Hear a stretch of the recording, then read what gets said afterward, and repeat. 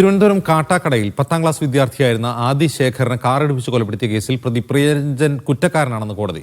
കൊലപാതക കുറ്റം തെളിഞ്ഞു. കേസിൽ അല്പസമയത്തിനകം തിരുവനന്തപുരം സെഷൻസ് കോടതി ശിക്ഷ വിധിക്കും. 2021 ഓഗസ്റ്റ് 30-നായിരുന്നു വീടിന് സമീപത്തുള്ള ക്ഷേത്രത്തിലെ ഗ്രൗണ്ടിൽ കളിച്ച ശേഷം മടങ്ങുകയായിരുന്ന ആദിശേഖറിനെ പ്രതി പ്രിയരഞ്ജൻ കാറിടിപ്പിച്ചു കൊന്നത്.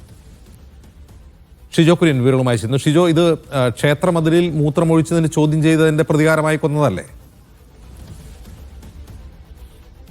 അതെ അജിംസ്, 2023 ഓഗസ്റ്റ് 30-നാണ് 10ാം ക്ലാസ് വിദ്യാർത്ഥി 15 വയസ്സുള്ള കാട്ടാക്കട സ്വദേശി ആദിശേഖരനെ പ്രതി പ്രിയരഞ്ജൻ കാറിടിച്ച് കൊലപ്പെടുത്തിയത്.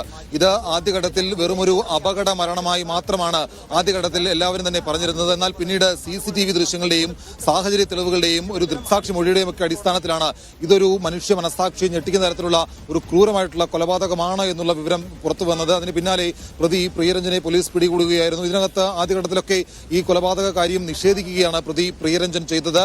എന്നാൽ പ്രോസിക്യൂഷൻ നിരത്തിയ എല്ലാ കാര്യങ്ങളും ഇതൊരു ക്രൂര കൊലപാതകമാണ്, ഇത് കൊലപാതകം തന്നെയാണ് എന്ന് പ്രോസിക്യൂഷൻ നിരത്തിയ എല്ലാ കാര്യങ്ങളും കോടതി ശരിവെച്ചുകൊണ്ടാണ് ഇപ്പോൾ വഞ്ചിയൂർ അഡീഷണൽ സെഷൻസ് കോടതി 6ാം കോടതിയുടെ വിധി വന്നിരിക്കുന്നത്. പ്രതി പ്രിയരഞ്ജൻ കുറ്റക്കാരനാണ്, കൊലക്കുറ്റം തെളിഞ്ഞിട്ടുണ്ട്, പ്രതി പ്രിയരഞ്ജൻ കുറ്റക്കാരനാണ് എന്ന് വഞ്ചിയൂർ അഡീഷണൽ സെഷൻസ് കോടതി 6ാം കോടതി ഇപ്പോൾ വിധി പറഞ്ഞിരിക്കുകയാണ്. ഇപ്പോൾ പ്രിയരഞ്ജനുള്ള ശിക്ഷ എന്താണെന്നുള്ളത് നമുക്ക് അല്പസമയത്തിനകം അറിയാൻ കഴിയും. കാരണം 12:30-ക്കാണ് ശിക്ഷാവിധിയിന്മേലുള്ള വാദം നടക്കുക. ശിക്ഷാവിധിയിന്മേലുള്ള വാദം പൂർത്തിയായതിനു ശേഷമായിരിക്കും എന്തു ശിക്ഷ കൊടുക്കണം എന്നുള്ള കാര്യത്തിനകത്തേക്ക് കോടതി തീരുമാനമെടുക്കുക. എന്തായാലും ഈ പ്രതി പ്രിയരഞ്ജന് പരമാവധി ശിക്ഷ കൊടുക്കണം എന്നുള്ള ആവശ്യം തന്നെയാണ് ഈ കൊല്ലപ്പെട്ട ആദിശേഖരന്റെ കുടുംബമടക്കം ഉന്നയിച്ചത്. പ്രതി കുറ്റക്കാരനാണ്, ഇത് ബോധപൂർവം ചെയ്തതാണ്, വൈരാഗ്യത്തിന്റെ പേരിൽ ചെയ്തതാണ് എന്നുള്ള കാര്യം തന്നെ ഈ കൊല്ലപ്പെട്ട ആദിശേഖരന്റെ മാതാപിതാക്കളടക്കം കോടതിയോടും പോലീസിനോടും നിരന്തരമായി പറഞ്ഞിരുന്നു. പ്രോസിക്യൂഷൻ അതടക്കമുള്ള കാര്യങ്ങൾ കോടതിയിൽ കൃത്യമായിട്ട് സമർത്ഥിക്കുകയും ചെയ്തിരുന്നു. അത് ശരിവെച്ചുകൊണ്ടാണ് ഇപ്പോൾ ആദിശേഖരൻ കൊലക്കേസിൽ പ്രതി പ്രിയരഞ്ജൻ കുറ്റക്കാരനാണ് എന്ന് കോടതി കണ്ടെത്തിയിരിക്കുന്നത്. 12:30-ക്ക് ശിക്ഷാവിധിയിന്മേലുള്ള വാദം നടക്കും. ശിക്ഷാവിധിയിന്മേലുള്ള വാദം പൂർത്തിയായതിനു ശേഷമായിരിക്കും എന്ത് ശിക്ഷയാണ് നൽകുക എന്നുള്ള കാര്യം കോടതി പറയുക. 2023 ഓഗസ്റ്റ് 30-നാണ് ഈ കൊലപാതകം നടക്കുന്നത്.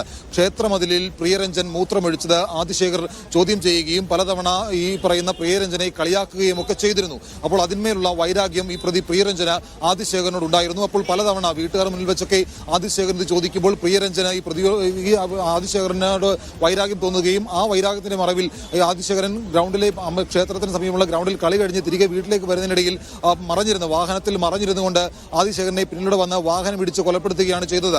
അപ്പോഴും ആദ്യഘട്ടത്തിൽ ഇയാൾ പറഞ്ഞിരുന്നത് തനിക്ക് വാഹനം ഓടിക്കാൻ അറിയില്ല, ഇതൊരു ഇലക്ട്രിക് വാഹനമാണ്, അപ്പോൾ അതിന്റെ വാഹനം ഓടിക്കാനുള്ള സംവിധാനത്തെക്കുറിച്ച് ഞാൻ കൃത്യമായിട്ട് പഠിച്ചിരുന്നില്ല, അപ്പോൾ അങ്ങനെ അറിയാതെ മുമ്പിലേക്ക് എടുത്തപ്പോൾ വാഹനം പോയി ഇടിച്ചതാണ്, ഇതൊരു സാധാരണ വാഹനാപകട മരണം മാത്രമായിട്ടാണ് ഈ പ്രിയരഞ്ജൻ ഈ കാര്യങ്ങളെ ഇത്രയും നാൾ അവതരിപ്പിച്ചിരുന്നത്. എന്നാൽ അതൊക്കെ തള്ളിക്കളഞ്ഞുകൊണ്ടാണ് കോടതി ഇപ്പോൾ പ്രിയരഞ്ജൻ കുറ്റക്കാരനാണ് എന്ന് കണ്ടെത്തുകയും ചെയ്തിരിക്കുന്നത്. അതോടൊപ്പം തന്നെ താൻ ഫോൺ വിളിച്ചപ്പോൾ അറിയാതെ വാഹനം മുന്നോട്ട് നീങ്ങിയതാണ് എന്നുള്ള വാദങ്ങളൊക്കെ ആയിരുന്നു പ്രതിയുടെ ഭാഗത്തു നിന്ന് ഉണ്ടായിരുന്നത്. എന്നാൽ ഇത് അങ്ങനെയൊന്നുമല്ല, ഇത് വളരെ ബോധപൂർവം വൈരാഗ്യത്തിന്റെ പേരിൽ ഒരു പിഞ്ചു കുഞ്ഞിനെ 10-15 വയസ്സുള്ള ഒരു 10ാം ക്ലാസ് വിദ്യാർത്ഥിയെ കാറിടിച്ച് കൊലപ്പെടുത്തിയ ക്രൂരമായിട്ടുള്ള ഒരു കൊലപാതകം തന്നെയാണ് പ്രിയരഞ്ജൻ നടത്തിയത് എന്നുള്ളത് കോടതി ഇപ്പോൾ കണ്ടെത്തിയിരിക്കുന്നു. എന്തായാലും ഇന്ന് തന്നെയോ അല്ലെങ്കിൽ നാളെയോ ആയിരിക്കും ഇതിന്റെ ശിക്ഷാവിധി ഉണ്ടാവുക. അജിംസ്. ശരി ഷിജോ.